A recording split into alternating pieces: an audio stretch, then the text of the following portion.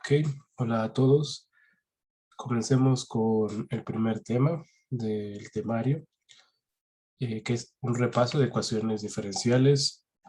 Y en esta sesión veremos básicamente, chicos, eh, un repaso de los dos tipos de ecuaciones diferenciales, tanto ordinarias como parciales, y un poco de unos ejemplos acerca de eh, cómo se resuelven algunos problemas, en este caso enfocados a la modelación numérica.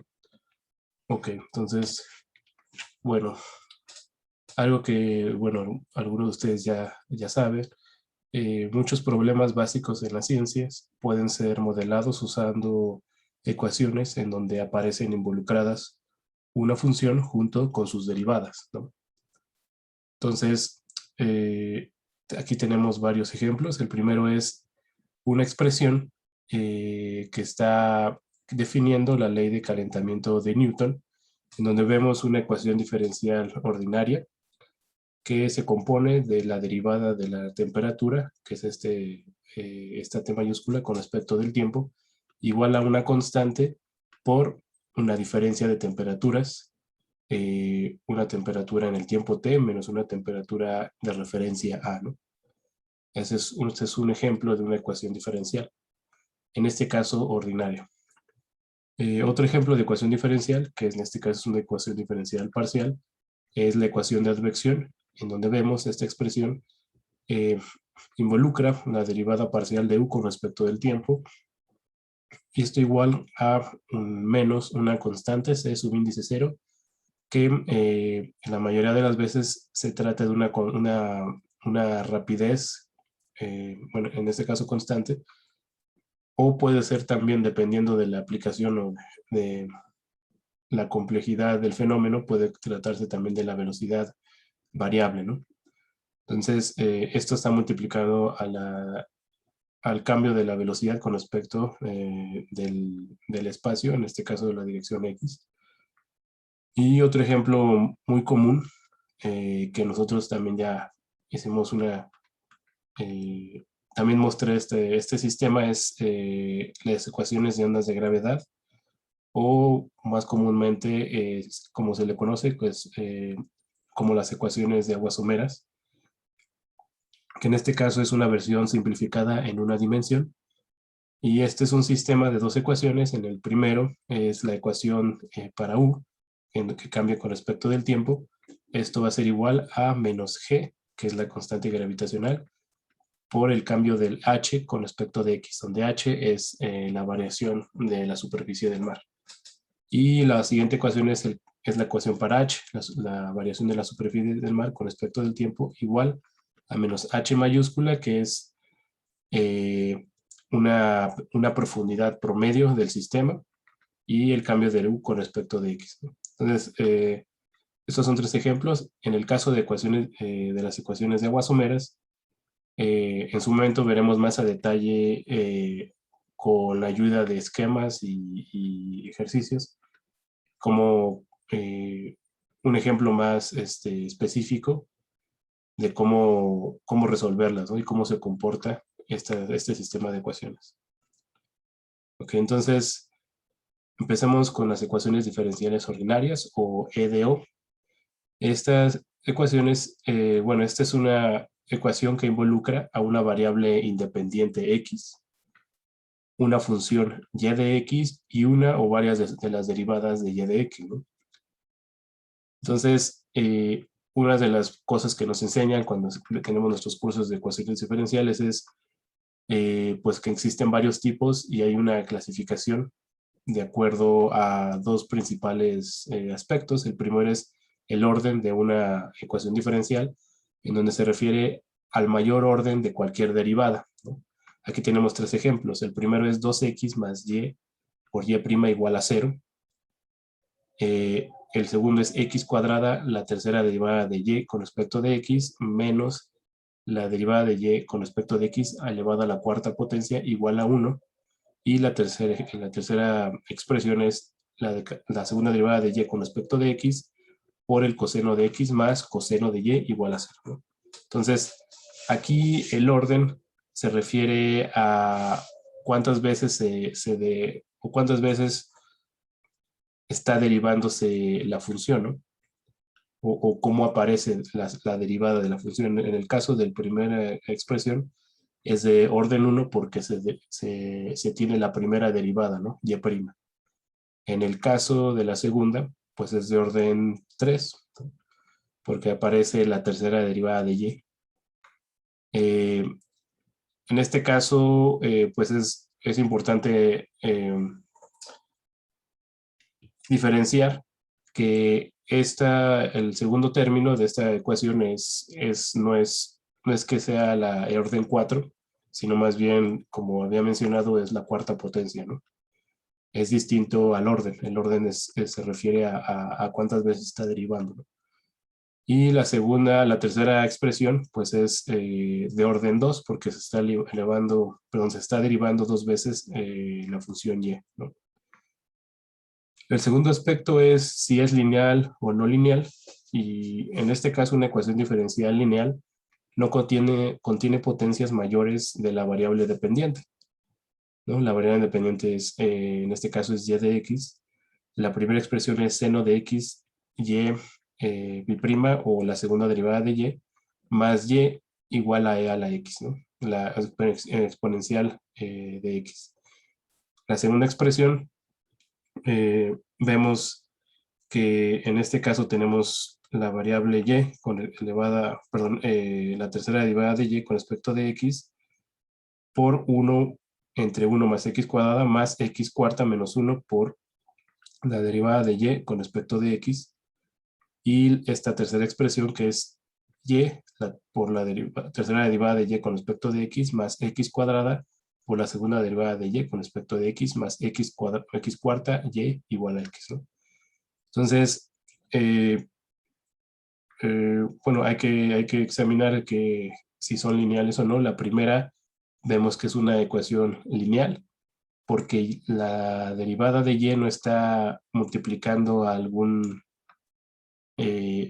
otra función y elevada a alguna otra potencia. Simplemente es la segunda derivada de y. La segunda es lo mismo. La función y no está multiplicando a otra variable y.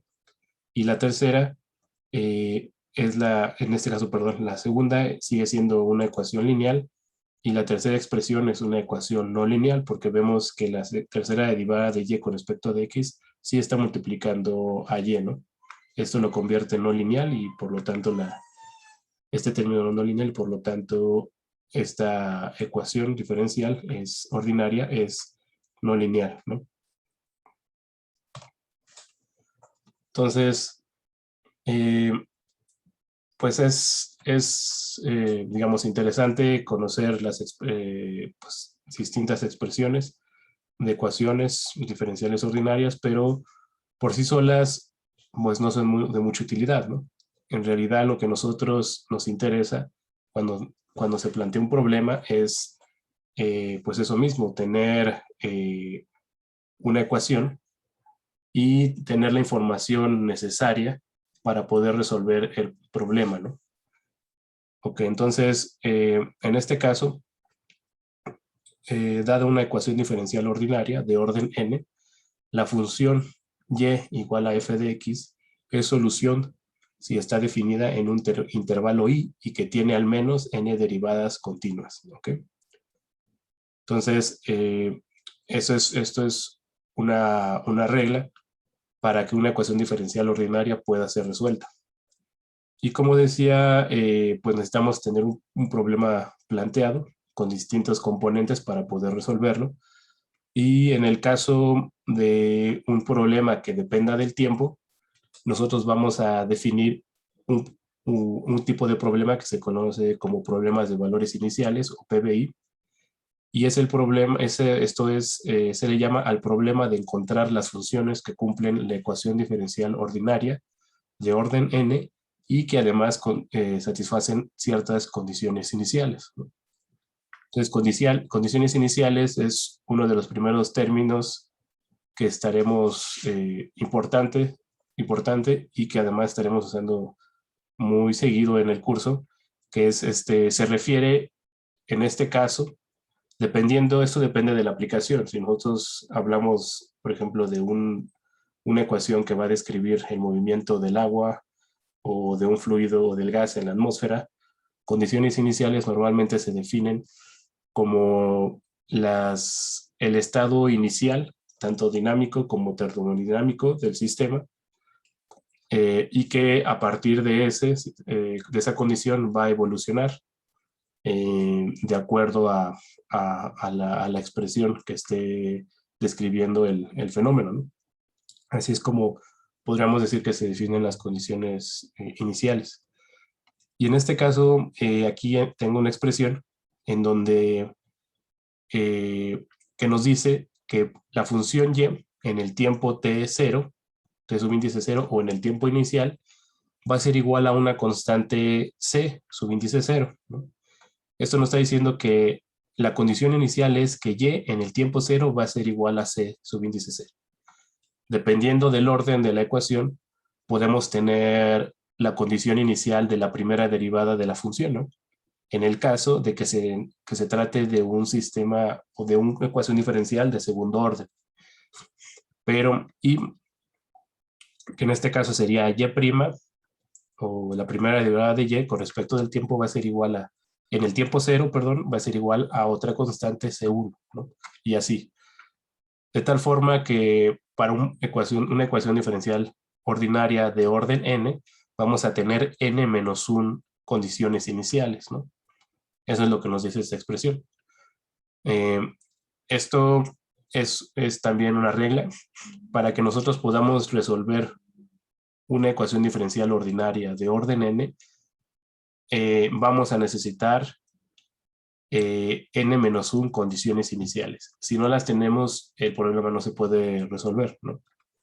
Y esto que tenemos abajo es un pequeño ejemplo, ¿no? Un primer ejemplo, donde nuestra ecuación diferencial ordinaria está dada por 2y igual a la exponencial de t, en donde nuestra condición inicial nos dice que y en el tiempo 0 es igual a 1, ¿ok? Entonces, nosotros, utilizando alguna metodología, podemos encontrar solución. En este caso, la solución es, para esta ecuación, dadas estas condiciones iniciales, es y igual a e, la exponencial de t entre 2, ¿no? Ya sabemos que nosotros podemos corroborar esto sustituyendo esta y en esta expresión y vamos a ver que va a resolverla, ¿no? Pero este es un pequeño ejemplo.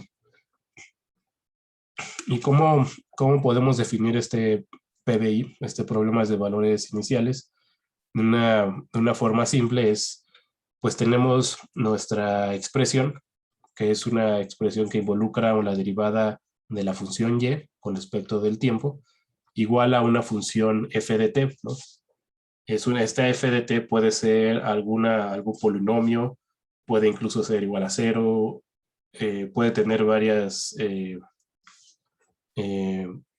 puede ser varias expresiones, ¿no? Esta es una forma, digamos, general. Entonces, este problema va a tener sus condiciones iniciales, como habíamos dicho. En este caso es una primera derivada, pues solamente tenemos una condición inicial que nos dice que y en el tiempo t igual a 0 va a ser igual a y0, ¿no? Y como en todo problema necesitamos tener un dominio. En este caso va a ser un dominio en el tiempo, donde dice que nosotros vamos a tener que resolver esta ecuación diferencial dadas estas condiciones iniciales para todo el tiempo t, desde t0, entonces un índice 0, hasta t mayúscula, que es el tiempo final, ¿no? Y aquí hay un pequeño esquema donde nos está representado el dominio del tiempo, desde t igual a 0 hasta t igual a t mayúscula, ¿no? Y aquí básicamente lo que vemos es que tenemos que encontrar el valor de nuestra función y de t para todo el tiempo dada nuestra condición inicial que está ubicada en el t, en el tiempo cero, ¿no? T subíndice 0, y que viene dada por y subíndice 0, ¿no? Esta es una forma simple de definir un problema de valores iniciales, pero sin embargo, pues, como se imaginarán, pues puede ser más complejo, ¿no? Vamos a revisar otro ejemplo de un problema de valores iniciales. El primero es utilizando esta expresión, la exponencial de t más y multiplicada por la derivada de y con respecto del tiempo igual a t, dada esta condición inicial, y en el tiempo cero es igual a 0, ¿no? Esto puede reescribirse utilizando el método que ya conocen de separación de variables, como la exponencial de y por dy igual a t a la menos t por dt, ¿no? Es decir, aquí se hace una expansión de la exponencial de t más y, se pasa del otro lado, y también dy de dt se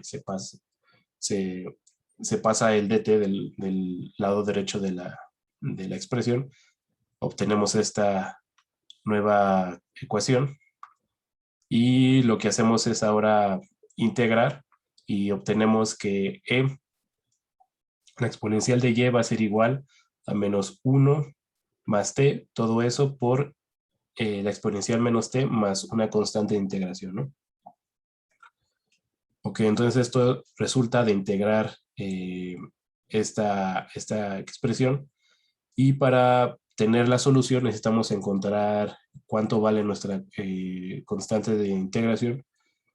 En este caso, la condición inicial nos dice que y en el tiempo cero es igual a 0, y si hacemos nosotros esta sustitución en esta expresión que acabamos de integrar, vamos a obtener que 1 es igual a menos 1 más c, lo cual nos da que la constante es igual a 2, ¿no? Entonces, este 2 lo sustituimos otra vez en nuestra expresión integrada, y vamos a tener que la exponencial de y es igual a menos 1 más t por e a la menos t más 2. Para obtener y, en este caso, calculamos el logaritmo natural en ambos lados, y en el lado izquierdo de la expresión nos queda y igual al logaritmo natural de 2 menos 1 más t por la exponencial a la menos t, ¿no? Entonces, esta es una forma, esta es la solución, perdón, de de este problema de valores iniciales de una ecuación diferencial ordinaria, ¿no? Otro ejemplo es en donde tenemos la ecuación diferencial t y' menos t cuadrada por y igual a la exponencial de t cuadrada entre 2, ¿no?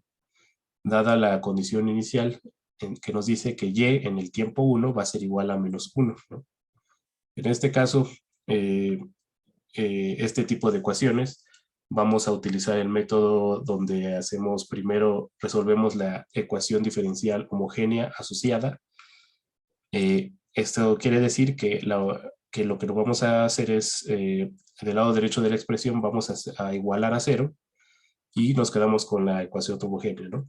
Esta ecuación homogénea asociada es, la reacomodando, obtenemos que dy entre y va a ser igual a t de t, ¿no? Para cualquier y que sea distinta de 0, ¿no? Y en este caso vamos a integrar, y simplificando vamos a obtener que y es igual a una constante de integración por la exponencial de t cuadrada entre 2. Y en este caso se puede decir que esta solución, que tiene una constante de integración, puede ser del tipo en donde y va a ser igual a u por la exponencial de t al cuadrado entre 2 para una función u de t a determinar, ¿no? Esa es la forma o el procedimiento que se sigue cuando primero se resuelve una ecuación homogénea asociada a una expresión que originalmente es no homogénea, ¿no? Entonces, sustituyendo esto en la ecuación, es decir, esta primera aproximación que nos dice que y es igual a u por la exponencial de t cuadrada entre 2, la sustituimos en esta ecuación diferencial y obtenemos que la exponencial de t al cuadrado entre 2 va a ser igual a ty menos t cuadrada entre y, en donde sustituyendo y vamos a tener que t por u de t por la exponencial de t cuadrada entre 2 prima, que sería esta primera y prima, menos t cuadrada por y, en donde y es todo esto que está aquí en el paréntesis, u de t, la exponencial de t cuadrada entre 2.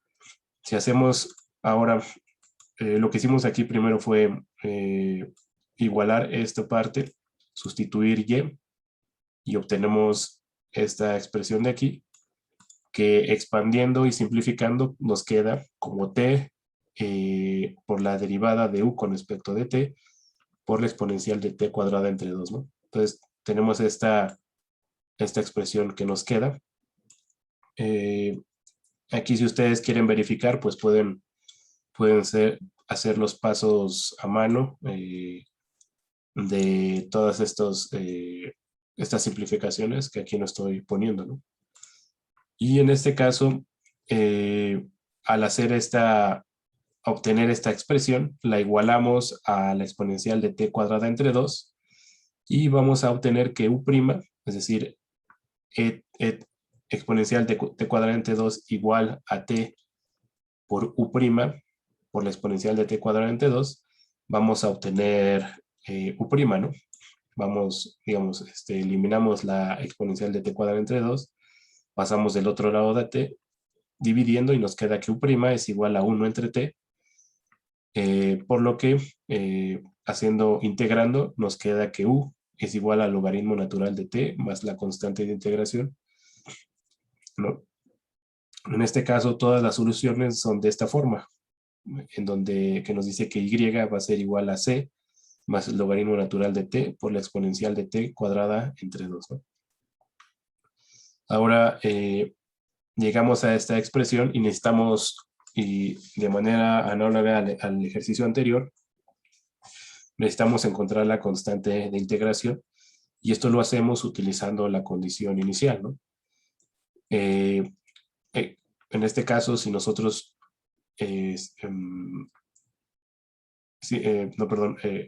corregimos sustituimos esta y en el tiempo 1 igual a menos 1, nos queda esta expresión de menos 1 igual a c más el logaritmo natural de 1 por la exponencial de 1/2, haciendo toda digamos, la simplificación, obtenemos que c, o el despeje, obtenemos que c es igual a menos 1 entre la raíz de la exponencial.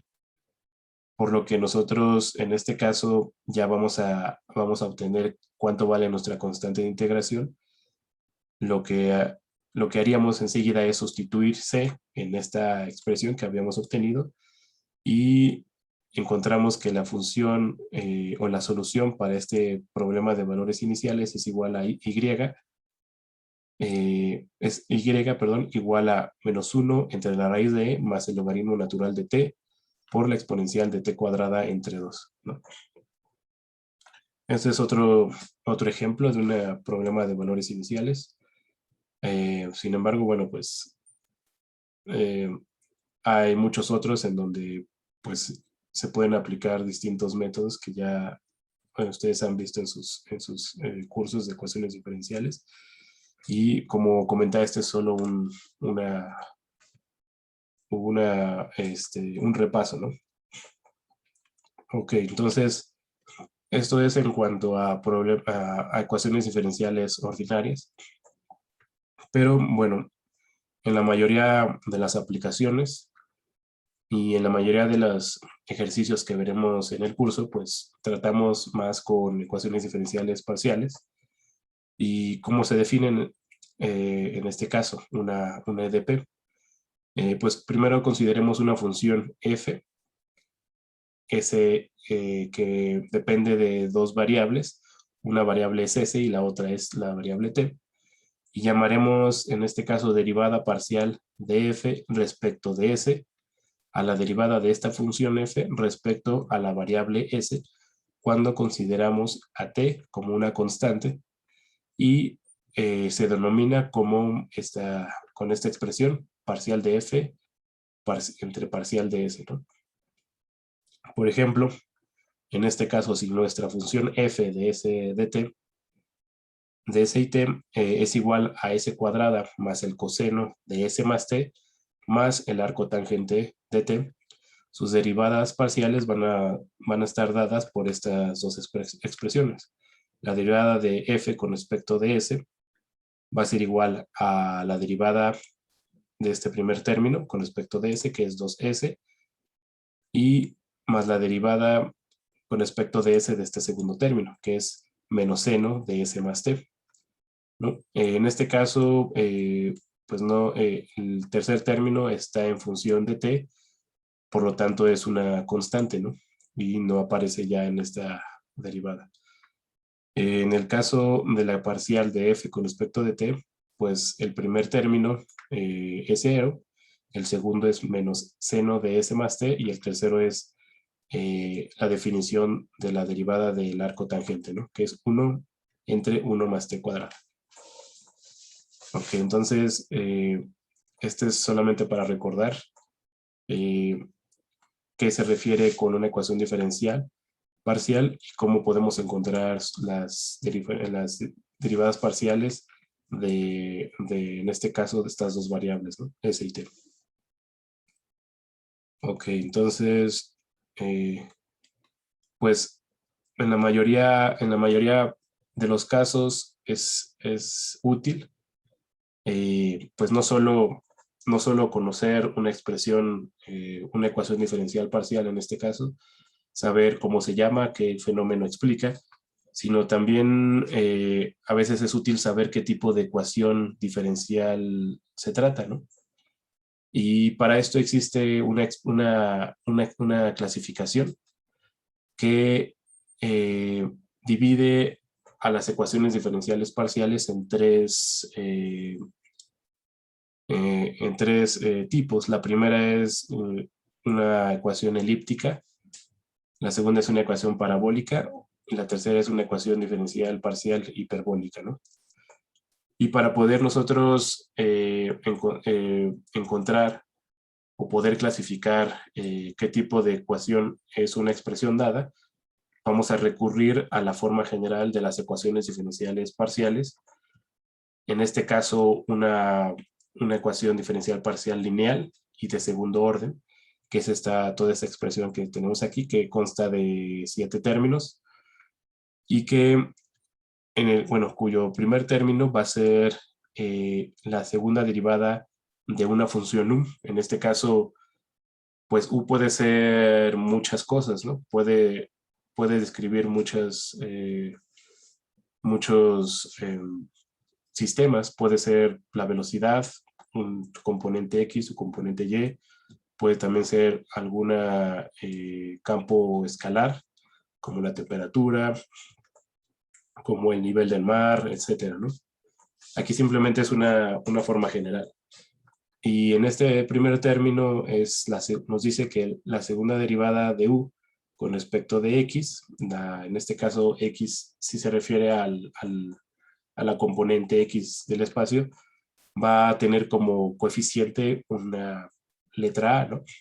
Y así todos los términos que vienen en esta forma general, ¿no? Es decir, todas las letras A, B, C hasta la G van a representar coeficientes, ¿no? Que de acuerdo a la expresión que nosotros vayamos a, a estudiar o con la que vayamos a trabajar, pues puede venir de manera explícita o no, ¿no? Puede tratarse de un número, o puede tratarse de un coeficiente, no sé, un coeficiente de arrastre o un coeficiente de difusión, etcétera, ¿no?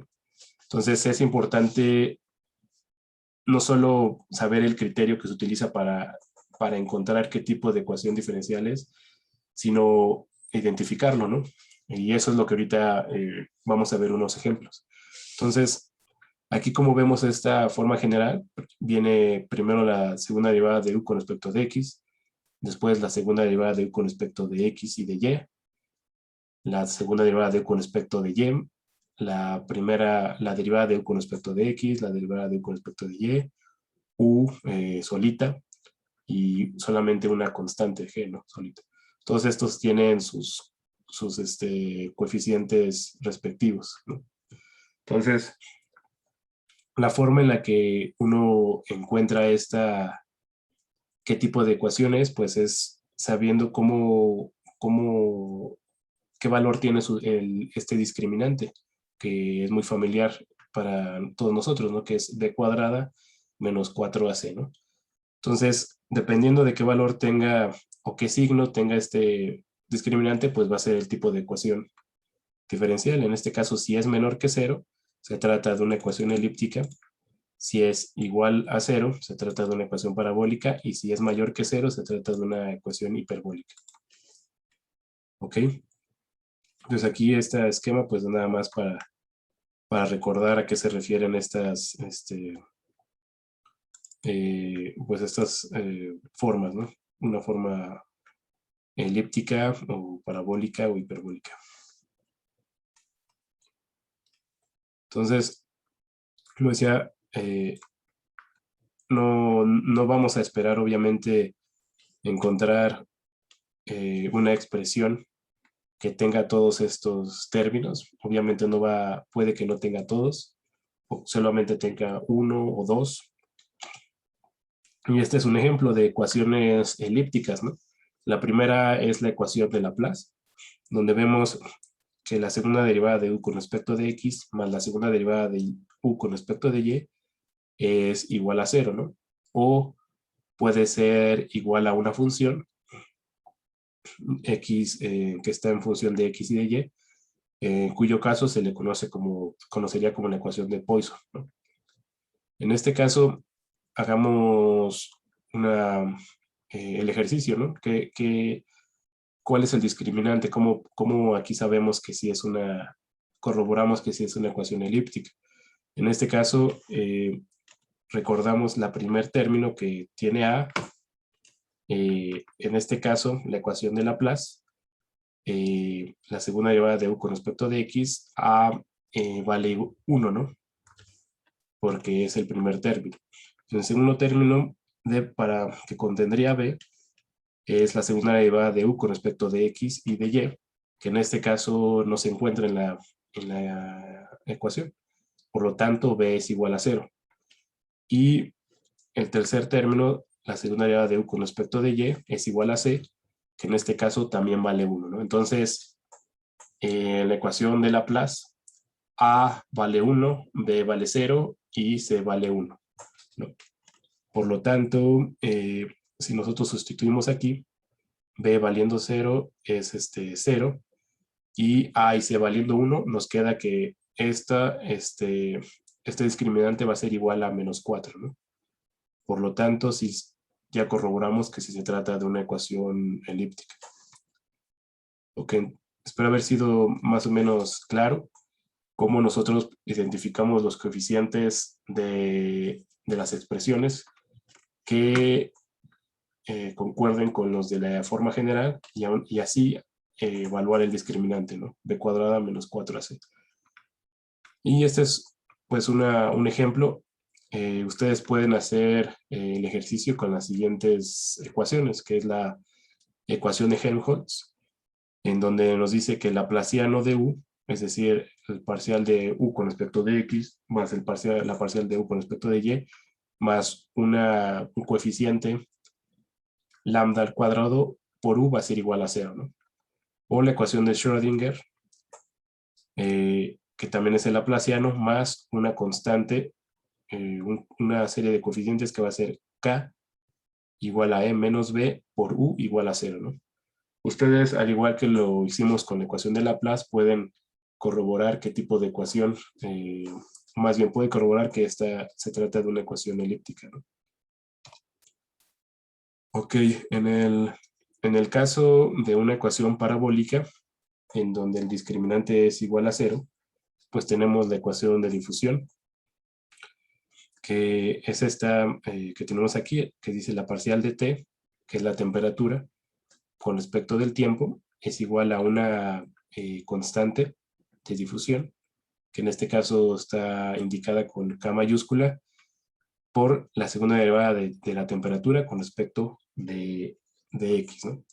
Para un coeficiente K mayor que 0. Entonces, este es un ejemplo de una ecuación parabólica en donde el discriminante b cuadrada menos 4ac tiene que ser igual a 0. ¿Ok? En este caso, ustedes también pueden hacer ejercicio para corroborar. Y la tercera, el tercer tipo es una ecuación hiperbólica. En este caso tenemos dos ejemplos. El primero es la ecuación de onda, que nos dice que la segunda derivada de u con respecto del tiempo va a ser igual a una constante c subíndice 0 al cuadrado, que como había comentado, pues en la mayoría de los casos, digamos, dependiendo de la complejidad del problema, puede tratarse de una rapidez constante o la rapidez que varía con respecto del tiempo, ¿no? Es decir, ¿a qué me refiero con eso? C subíndice 0 puede ser el valor de la velocidad 1, por ejemplo. Es decir, en ese caso sería u cuadrada por la segunda derivada de u con respecto de x. En este caso, pues, de acuerdo a lo que vimos, se estaría tratando de una ecuación diferencial parcial no lineal, ¿no? Porque estaríamos multiplicando u cuadrada por la parcial de u con respecto de x. La segunda derivada de u con respecto de x. Y la ecuación de advección, que es la que nos dice que la primera derivada de u con respecto de t va a ser igual a menos la rapidez c subíndice 0 por el cambio de u con respecto del espacio x, ¿no?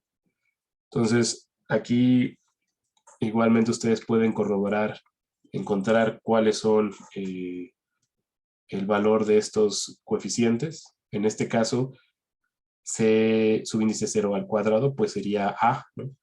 Pero este caso de abajo no sería exactamente a. ¿Están de acuerdo? Aquí este sería otro de los coeficientes en nuestra forma general. Entonces, eso hay que tener cuidado cuando ustedes hagan estos ejercicios. No es tarea, pero sí es recomendable que lo verifiquen en su libreta, cuáles son los valores de los coeficientes y corroborar que el discriminante b cuadrada menos 4ac si es mayor que 0, en este caso, ¿no? Por ser hiperbólica. Ok, bueno. Pues esos son ejemplos de estos tres, digamos, ejemplos de ecuaciones, de estos tres tipos de ecuaciones diferenciales parciales. Pero bueno, eso no es, digamos, no está limitado a una ecuación sencilla, ¿no? Es decir, una sola ecuación diferencial. También este tipo de derivaciones o clasificación puede aplicarse a un sistema de ecuaciones, ¿no? En este caso, aquí muestro el sistema de ecuaciones de aguas someras en 2 dimensiones, en donde se toma en cuenta la rotación de la Tierra, porque aquí está el término F, el término de Coriolis. Y bueno, como comentaba, en su momento veremos más a detalle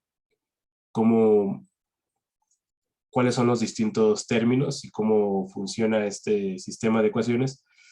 Pero el punto aquí que yo quiero que veamos es que esta clasificación de distintas, digamos, de ecuaciones diferenciales parciales puede ser aplicable a un sistema de 2 o más ecuaciones, ¿no? En este caso es un sistema de 3. En el primero, las primeras 2 ecuaciones son las ecuaciones de momento, y la tercera es la ecuación de continuidad, ¿no? Las tres en la forma de aguas someras, ¿no? Entonces, como decía, también incluyen el término de Coriolis, es decir, la ecuación de momento para la dirección X es la parcial de U con respecto del T, de T menos F por V igual a menos G, la parcial de H con respecto de X, ¿no? En este caso, el lado derecho de estas dos ecuaciones están representando el gradiente de presión. Y la tercera ecuación es el cambio de H con respecto del tiempo. H, recuerdan, había mencionado, era la variabilidad de la superficie del mar en el sistema, y H mayúscula es una profundidad promedio, ¿no? Multiplicada por la derivada de U con respecto de X más la derivada de B con respecto de Y igual a 0. Entonces, estas tres son el sistema de aguas someras en 2 dimensiones, y pues lo podemos tratar o podemos derivar una ecuación a partir de ellas tres, ¿no? De tal forma que para nosotros sea más fácil encontrar el valor del discriminante b cuadrada menos 4ac, ¿no? Entonces esto es tema de otro capítulo del temario, que también en su momento podemos encontrar cómo llegamos a esta expresión. Pero bueno, aquí lo importante es que una vez que se llega a esta ecuación a partir de estas tres, pues encontramos que en este caso la derivada con respecto del tiempo de lo que está dentro de este corchete, que es la segunda derivada de h está aquí, esto que está aquí adentro es como un operador, pues se podría decir, está actuando sobre esta variable h. Por lo tanto, esto nos dice que la segunda derivada de h con respecto del tiempo más f al cuadrado menos gh por la segunda derivada de h con respecto de x más la segunda derivada de h con respecto de y va a ser igual a 0, ¿no? Todo esto puede simplificarse integrando en el tiempo y por lo cual obtenemos la expresión que está aquí abajo, ¿no? Lo que estaba básicamente aquí en los corchetes, ¿no? Y en el caso de que se trate de un problema independiente del tiempo, bueno, perdón, aquí de lo que está del lado derecho es como si fuera la constante de integración después de hacer esta integración en el tiempo, ¿no? Y si nosotros lo consideramos un problema independiente del tiempo, podemos remover los términos del cambio de h con respecto del tiempo y nos quedamos con esta expresión, que es f cuadrada h menos g, h mayúscula, por la segunda derivada de h con respecto de x más la segunda derivada de h con respecto de y, igual a eta, que es nuestra como función de integración. Entonces, esta última ecuación es una forma simplificada de este sistema de tres ecuaciones de aguas someras, ¿no? Y ya para nosotros, pues es más fácil, es un poco más familiar, comparándola con nuestro sistema, con nuestra forma general de una ecuación diferencial parcial lineal y de segundo orden, y por lo tanto nosotros podemos encontrar el valor de nuestros coeficientes. En este caso, vemos que A y C es igual a menos GH, ¿no? ¿Están de acuerdo? Aquí GH es el coeficiente para estos dos términos de la ecuación general, y B también en este caso es 0, ¿no? Por lo tanto, esto nos lleva a que b cuadrada menos 4ac va a ser igual a menos 4g cuadrada h cuadrada, ¿no? Y como g y h están elevadas al cuadrado, siempre serán positivas, multiplicadas por menos 4, pues nos va a dar un valor negativo, ¿no? Y por lo tanto, si corroboramos que esta ecuación, este sistema de ecuaciones de aguas someras es un sistema de ecuaciones elíptico. Entonces, bueno, ahí queda nuestra demostración. Espero haber sido clara la explicación. Si no, si Si tienen dudas, pues lo vemos en la siguiente sesión, que sería el miércoles, ¿no?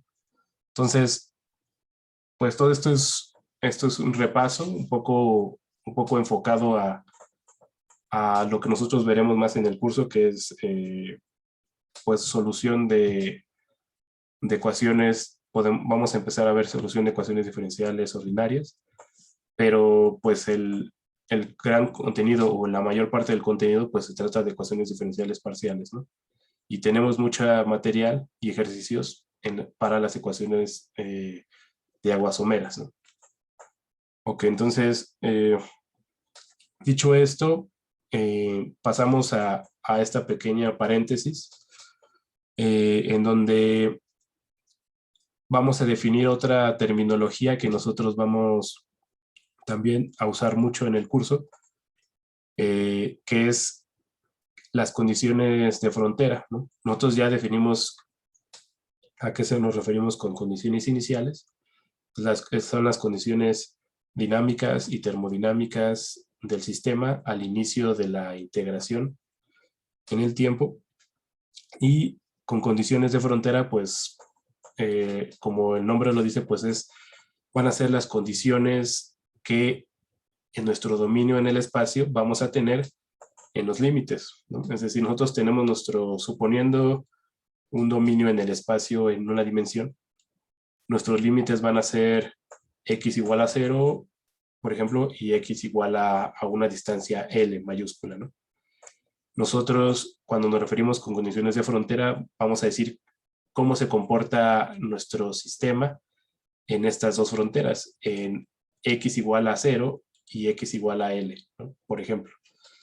Entonces, en ese sentido, existe una clasificación del tipo de condiciones de frontera de acuerdo al tipo de información que le estamos dando. ¿Y qué me refiero con eso? El primer tipo es posible que nosotros que nosotros demos el valor de nuestra función u en la frontera, ¿no? Es decir, podemos decir que la variable u tenga, como lo había comentado, tenga un valor, no sé, de una velocidad 1 metro por segundo en la frontera, en x igual a 0, y en x igual a L podemos definir que esa misma función valga 2 metros por segundo, ¿no? Esa es una forma de definir U en nuestra frontera, y esa forma se le conoce como, o este tipo de condición se le conoce como Dirichlet. Existe otro tipo que nos dice que nosotros, en vez de dar el valor de la función, vamos a dar el valor de su derivada, que en este caso sería la parcial de U con respecto de la dirección normal a la frontera, ¿no? Y en este tipo de condición se le conoce como de Neumann. El tercer tipo se le conoce como Cauchy, de condiciones de frontera de Cauchy, y es una combinación de Dirichlet y Neumann, ¿no? Es decir, le vamos a dar el valor, podemos dar el valor de nuestra función más el valor de su derivada con respecto de la componente normal. En este caso, aquí está indicada la componente X, ¿no? Entonces, un pequeño paréntesis. Normalmente en los ejercicios en la práctica verán ustedes pues podrán identificar qué tipo de condición se está usando, y nosotros obviamente estaremos dándoles ese tipo de información, ¿no? Ok, entonces, al igual que el problema de valores iniciales, también podemos plantear un problema de valores en la frontera, ¿no? De acuerdo a al tipo de problemas que estemos viendo. En este caso, a los que no dependen del tiempo, sino de la posición, ¿no? Entonces, en este caso, vamos a definir un PBF, un problema de valores de la frontera general, como la derivada de u con respecto de x igual a una función de X, que también puede ser, como ya he mencionado, alguna expresión que puede ser un polinomio, puede ser igual a 0, a una constante, etcétera, ¿no? Esta es solamente una expresión general. Y en este caso, este problema de esos PBF, vamos a necesitar de las condiciones de frontera, es decir, cuánto vale nuestra función en las fronteras de nuestro dominio. Y en este caso, al ser independiente del tiempo, pues el dominio va a ser el espacio. El espacio va a estar pues delimitado por la frontera A, es decir, X igual a A y la frontera X igual a B. Este esquema aquí lo muestra. Y en este caso el problema se trata de encontrar la variable U de X para todo el dominio del espacio, dadas nuestras condiciones de frontera. Que en este caso, la condición de frontera, la primera va a ser el valor de nuestra variable U en el punto A igual a un término o a una constante alfa.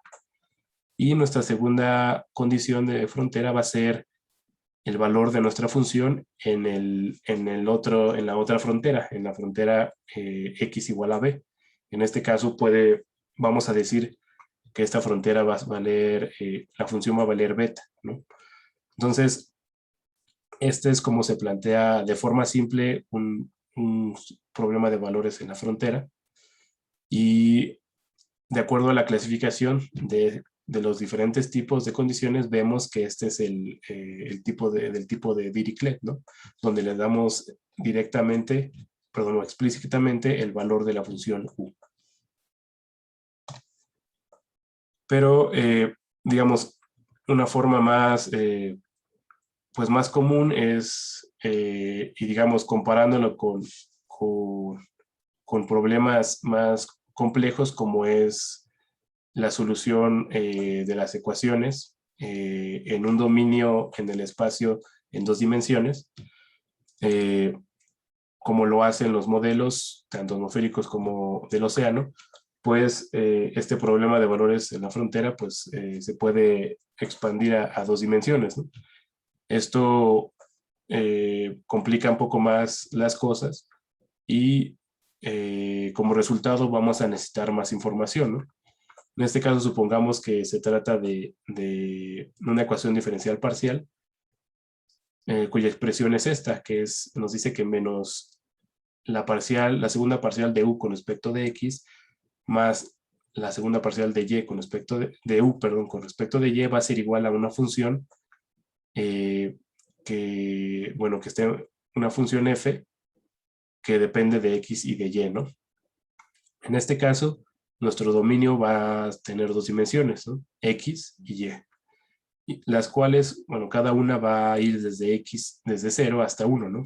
X igual a 0 hasta 1 y Y igual a 0 hasta 1, ¿no? Este es nuestro dominio en 2 dimensiones, ¿no?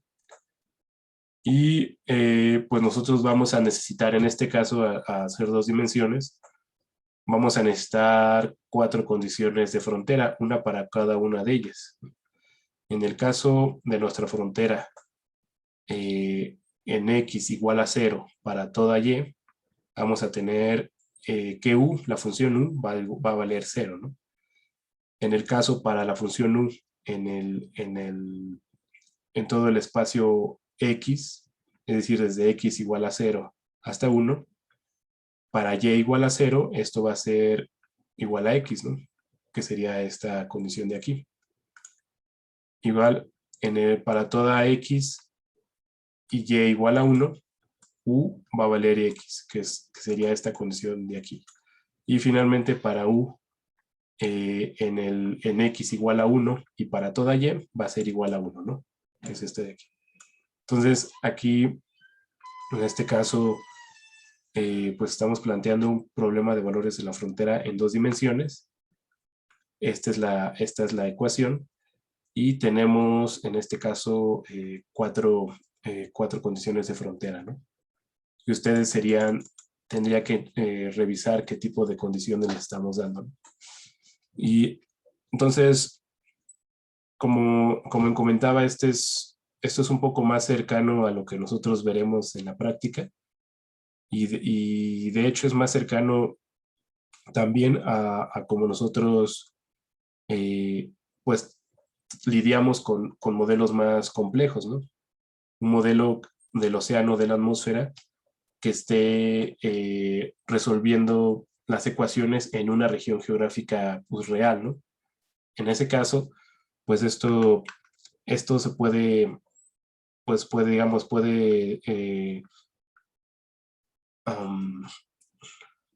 pues puede traducirse a que nuestras variables, u en este caso la función u, pues pueda tomar distintos valores de acuerdo a la región geográfica que se encuentra.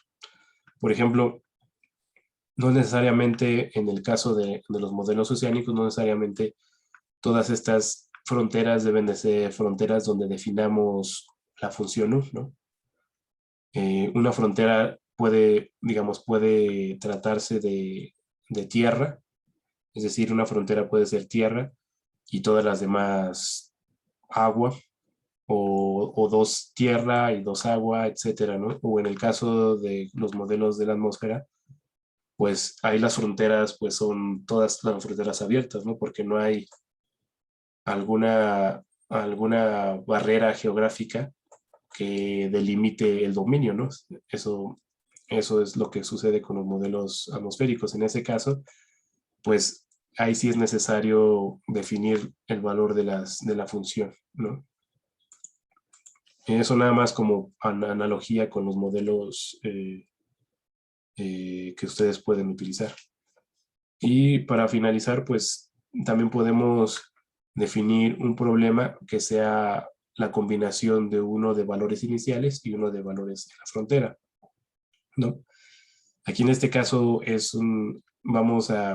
estamos planteando un sistema por un problema en cuyo espacio es una dimensión y tenemos esta ecuación diferencial parcial que modela el transporte de calor en una barra, ¿no?